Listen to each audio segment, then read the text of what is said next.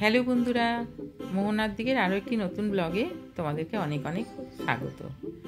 আর আজ আমি তোমাদের সাথে শেয়ার করছি তড়কা রেসিপি। আর আজ আমি তড়কাটা ডিম দিয়ে বানাচ্ছি। এটা ডিম তড়কার রেসিপি।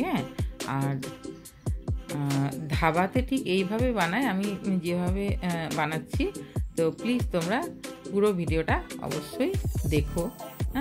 আর অবশ্যই একটা লাইক দিয়ে ভিডিওটা দেখো, ধাবা স্টাইলে কীভাবে ডিম তড়কা বানাচ্ছি।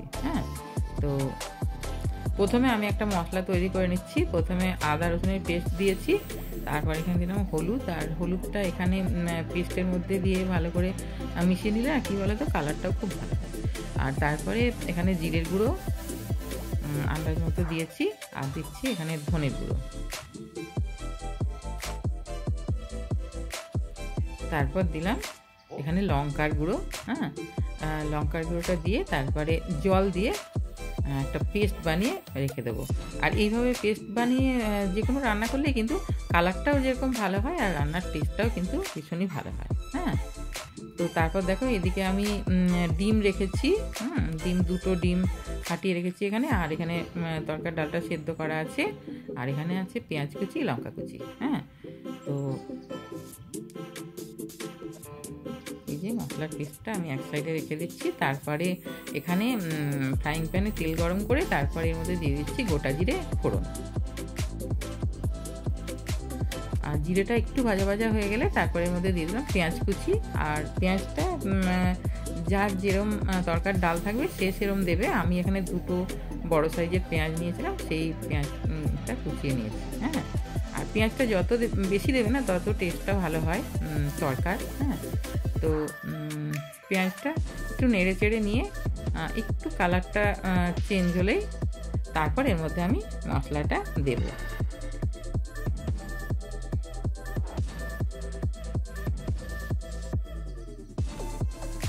দেখো পেঁয়াজটা একটু ভাজা ভাজা হয়ে গেছে। এবারে আমি যে মশলাটা বানিয়ে রেখেছি পেস্টটা, সেটা দিচ্ছি। আর পুরোটা আমার লাগবে না, সেই জন্য পুরোটা দিচ্ছি না। দেখো ওই ছোটো চামচের 3 চামচ এখানে দিয়েছি। খুব বেশি মশলাটা দিলেও তরকারিতে কিন্তু খুব একটা ভালো হয় না। আর আমি খুব বেশি মশলা দেওয়াটা আমি পছন্দ করি না। তো দেখো দিয়ে তারপরে মশলাটাকে খুব ভালো করে কষাতে হবে। মশলা কষানোটা এখানে কিন্তু ভীষণই জরুরি, কারণ তরকার ডালটা একবার মশলার উপর যদি তোমরা দিয়ে দাও তাহলে কিন্তু আর কষানো যাবে না মশলাটা ঠিকঠাক। তখন কিন্তু মশলার কাঁচা গন্ধ উঠলে মানে টেস্টটা একেবারেই খারাপ হয়ে যাবে। তো সেই জন্য মশলাটা খুব ভালো করে কষিয়ে নিতে হবে।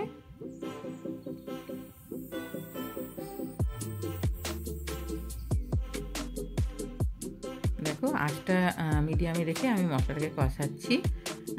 আর মশলা থেকে আমার তেল ছেড়েই দিয়েছে, তবু আরও কিছুক্ষণ আমি মশলাটা এখানে কষিয়ে নেব। তারপর দেখো মশলাটাকে এক সাইডে সরিয়ে রেখে তারপর আমি এখানে আর বড় চামচের 1 চামচ তেল দিয়ে তারপরে এখানে ডিমটাকে, যে ডিমটা আমি ফাটিয়ে রেখেছিলাম সেই দুটো ডিম আছে এখানে, দুটো ডিম দিয়ে দিচ্ছি। দিয়ে তারপর ডিমটাকেও খুব ভালো করে এখানে ভেজে নেব। আর এমনি যে ধাবাতে যে তরকাটা বানায় সেখানে কিন্তু কি করে বলো তো, ডিমটাকে পরে ভেজে তারপর মিশিয়ে দেয়। আমি দেখেওছি এটা। তো আমি এরকম করছি না, এটাও করা যায়। যে আলাদা কোনো প্যানে ডিমটা ভেজে নিয়ে তারপর মিশিয়ে দিলেই হতো, কিন্তু আমি এখানেই ভেজে নিচ্ছি এক সাইড করে। যেহেতু ফ্রাইং প্যানটা বেশ বড় আছে সেই জন্য মশলাটা এক সাইডে আর ডিমটা এক সাইডে করে ভেজে নিচ্ছি। নিয়ে তারপরে দেখো, আর ডিমটা যখন ভাজা ভাজা হয়ে যাবে তখন এটা মশলার সাথে মিশিয়ে দিলেই হবে।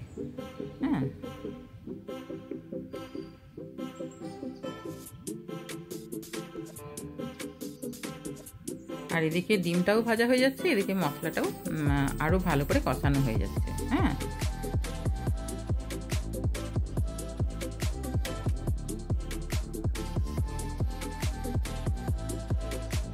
দেখো আমি ডিমটাকেও এবারে মশলার সাথে মিশিয়ে ভালো করে কষিয়ে নিচ্ছি। আর মশলা কষানো আমার হয়ে গেছে। মশলা কাঁচা থাকলে কিন্তু তখন ডিমটা কিন্তু ভাজা যাবে না। সেটাও কিন্তু মাথায় রাখতে হবে। তারপর এখানে দেখো হয়ে গেছে আমার মশলাটা কষানো। এবার আমি যে সেদ্ধ তরকার ডালটা রেখেছি সেটা দিয়ে দিলাম। আর এই তরকার ডালটা আমি সারা রাত ভিজিয়ে রেখেছিলাম, আর 3টে সিটি দিয়েছি। হ্যাঁ, কারণ কি এখানে কি বলো তো, মানে যে 5 রকম 6 রকমের ডাল আছে, হ্যাঁ তরকার এই ডালটার মধ্যে অনেক রকমই হয় তরকার ডাল, তো এটার মধ্যে তো কয়েকটা না একটু শক্ত, সেই জন্য একটু ভালো করে সেদ্ধ না করলে এটা কিন্তু কয়েকটা ডাল আবার সেদ্ধ হয় না। তো দেখো একটু কষিয়ে নিয়ে তারপর আমি এর মধ্যে দিয়ে দিচ্ছি চিনি। আর চিনিটা কিন্তু এখানে অপশনাল, আমরা একটু মিষ্টি তরকারিতে একটু মিষ্টি খাই, তো সেই জন্য কী বলো তো আমরা একটু চিনি দিই। তো এবারে কেউ যদি মনে করে যে চিনি দেবো না, সেক্ষেত্রে নাও দিতে পারো, তবে হ্যাঁ চিনি দিলে কিন্তু একটু টেস্টটা কিন্তু ভীষণই মানে বাড়ে আর কি।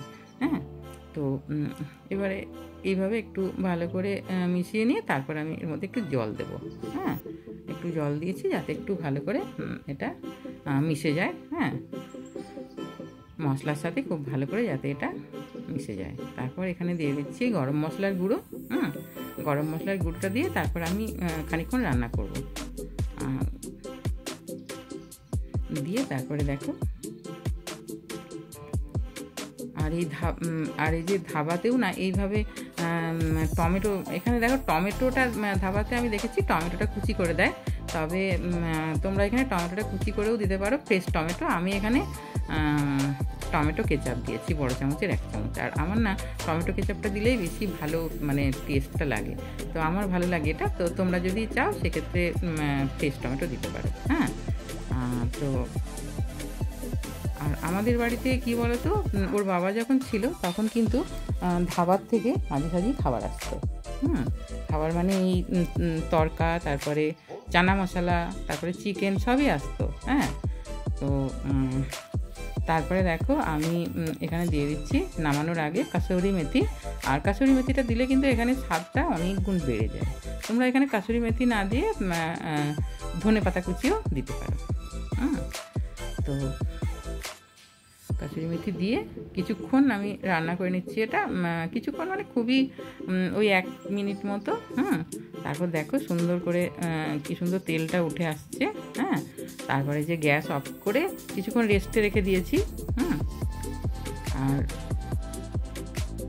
অসাধারণ টেস্টি একটা তরকার রেসিপি, তোমরা কিন্তু অবশ্যই এইভাবে একবার বানিয়ে দেখো।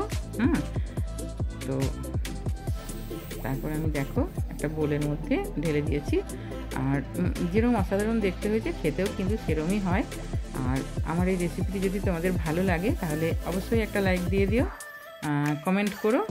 আর আমার চ্যানেলে যদি নতুন বন্ধু হয়ে থাকো তাহলে প্লিজ চ্যানেলটাকে সাবস্ক্রাইব করে দিও, আর পাশে থাকা বেল আইকনটা প্রেস করে দিও, যাতে আমি নতুন নতুন ভিডিও দিলে তোমরা খুব সহজেই নোটিফিকেশানটা পেয়ে যাও।